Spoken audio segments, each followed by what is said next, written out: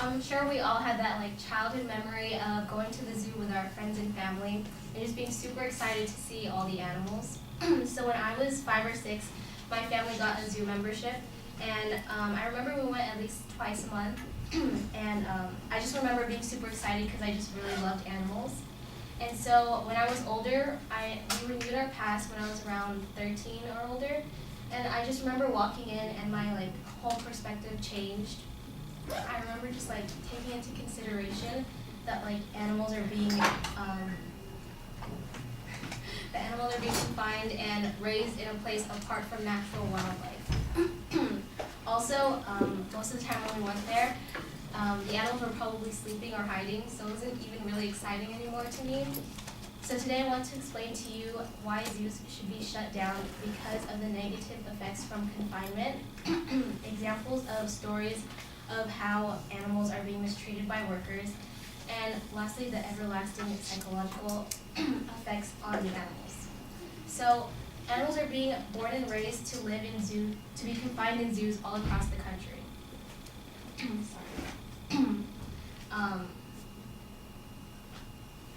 Sorry.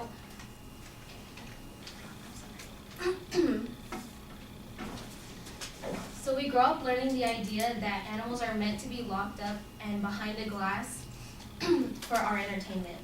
As kids, we find that normal. So in 2016, according to the PETA website, the U.S. Wildlife Service allowed the transferring and capturing of 18 African elephants, an endangered species, to be transferred from Swaziland to the East Coast. So African elephants are known to live up to 45 to 60 years. But in the Kansas City Zoo, one of their elephants named Shannon died at the age of 35 because of depression from confinement and deprivation. So, according to the Kansas City website, she was known to be lying down for a long period of time, which is very unusual for that species. So confinement kind of causes the animal to feel like they've lost control of their own lives, which results in erratic behavior. Animals are meant to be social with other species, but because of confinement, they're unable to experience a natural habitat. So, animals are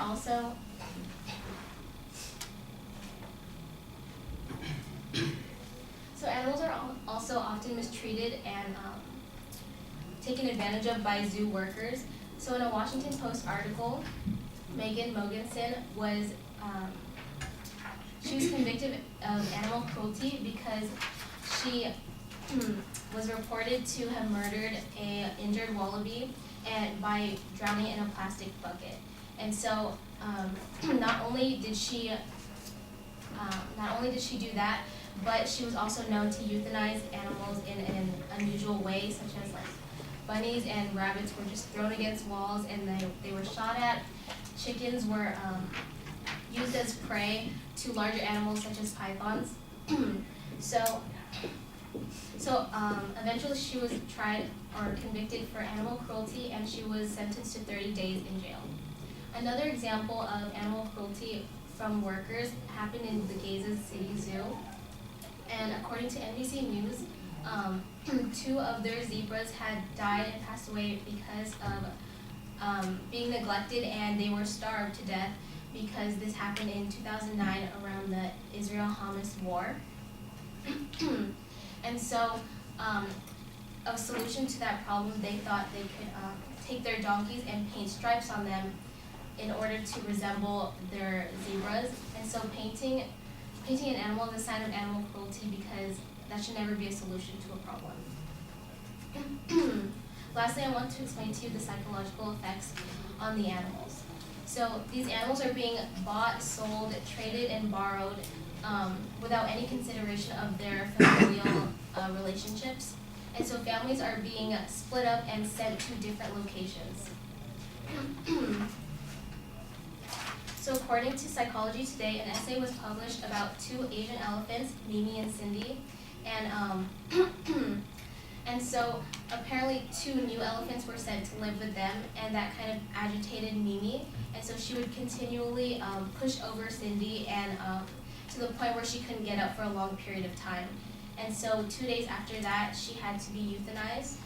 And 2 days after she died, she was given an autopsy, and this was happening in an area that was still close to the the elephants they were living with.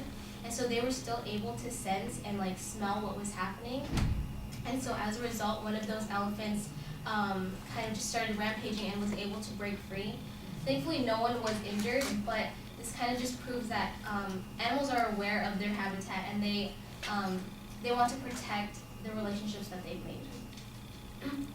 So in conclusion, zoos are detrimental to animals and their natural growth, and it just stunts their behavior.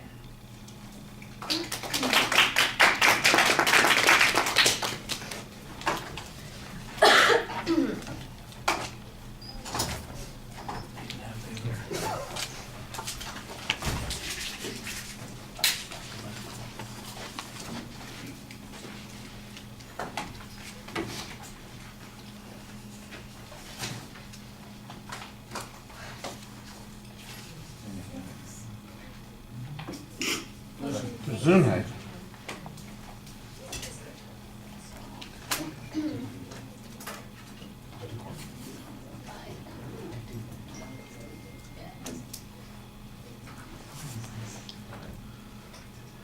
All right, so Leslie, what did you think? I thought her structure was fine. She had a lot of works cited.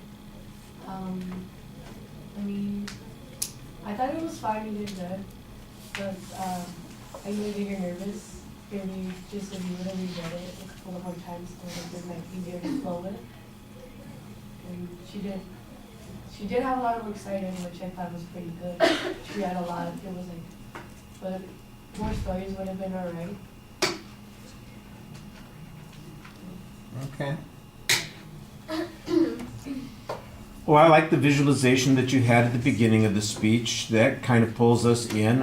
You do have a very clear statement of what your goal is going to be. There's an excellent preview of what the supporting structure is going to be, so you're fine there. I think you could use the information from a different source.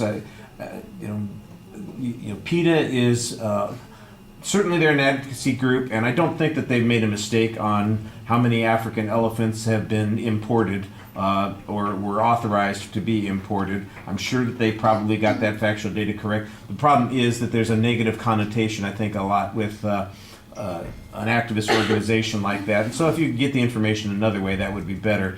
The source citation on what happened in Kansas City needs to be a little bit clearer, and I think maybe you could describe the information more completely. Maybe it would be a good place to have a direct quote on that particular point. The idea of natural habitats, I think, is a good point, but you don't have a lot of information on that particular point. That seems to be the one that's the least well developed. The problem with animal mistreatment, you've cited two extreme examples to do the reasoning from, and so anybody who thinks that there's a defense for zoos and that they ought to be continued, they're going to point out and say, well, you've picked animal mistreatment, somebody who was prosecuted for committing a crime against animals and actually went to jail, even though it was a short period of time. That's not typical of what happens. And painting donkeys as zebras happened because of a wartime situation, and that's not really maybe a good way to be making an inference either. You're taking unusual cases to reason from, and that's problematic. We should find that there's something that's more generalizable about this, that this is more typical or likely, and that would be a bigger justification. That sounds like a good justification for sending that person to prison for a longer period of time, or maybe closing that zoo in the Middle East. But I'm not exactly sure that those are descriptive of zoo practices in most parts of the world, or maybe in the United States. So I think your evidence could be a little bit stronger there, and you need to be able to make it a little bit more generalizable. The third point about animals being socialized and having connections and that sort of thing, I think that's not a bad piece of information and a story to tell. What you need to do is you need to show us that zoos disrupt that they create a problem with that you kind of had one sort of at the beginning of the speech when you were talking about the one animal who died early. I guess that was the Kansas City animal. And then you mentioned that the particulars of the two elephants in this situation. Again, I think that that's a good idea, but we need to generalize a little bit more. The conclusions seem to be a little bit abrupt. Your solution to the problem is we ought to close zoos. So is that a practical thing? So we close the zoos. What do we do with all the animals that are in the zoos now? Do we send them back to wherever they came from? Is that what we do? Or, do we, I don't know, that kind of thing. And by the way, zoos do serve a function and purpose. You don't address that function and purpose. You don't diminish it in any way and show that it's unimportant or it's not worthwhile. There's a lot of people who would make a defense of the zoo. I mean, obviously, kids care about the zoos, and even though when you turn 13 you don't care about it much anymore, when you're a little kid you cared about it. And there are adults who spend their lives running zoos and doing these kinds of things. So you got to do something to kind of make an argument about that, and I don't think that you get to that part at all. All right, thank you.